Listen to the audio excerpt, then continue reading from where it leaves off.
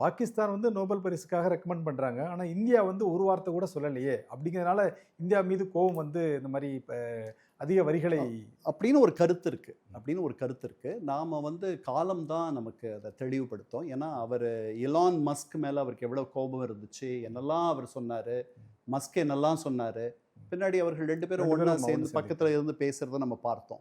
அதனால நான் ரொம்ப அதிகமாக அதை பத்தி படிக்க மாட்டேன். இப்போ நம்ம கொஞ்சம் காத்திருக்கணும்னு நினைக்கிறேன். ஆனால் அவருக்கு ஒரு ஆதங்கம் இருக்கு.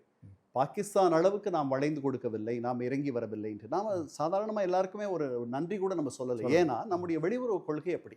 நாம வந்து இது வந்து இரு நாட்டு பிரச்சனை, இதுல மூன்றாவது நாடுகளுக்கு இடமே இல்லை என்பது நம்முடைய கொள்கை. இது 72ல இருந்து இதை வந்து ஒரு பெரிய வேத வாக்கா நம்ம வந்து கையாண்டுட்டு இருக்கோம். அப்படி இருக்கும் பொழுது ஒரு மூன்றாவது, அதுவும் குறிப்பா அமெரிக்க நாட்டு அதிபர் இதுவரைக்கும் அவர் கணக்கில் அடங்காத அளவுக்கு அதை சொல்லிட்டார். 40 தடவைக்கு மேல சொல்லியிருப்பார்னு நினைக்கிறேன். அப்போ அது வந்து ஒரு பெரிய சொல்ல வேண்டிய அவசியம் என்ன சார் அவருக்கு? அவர் அவ்வளவுதான்.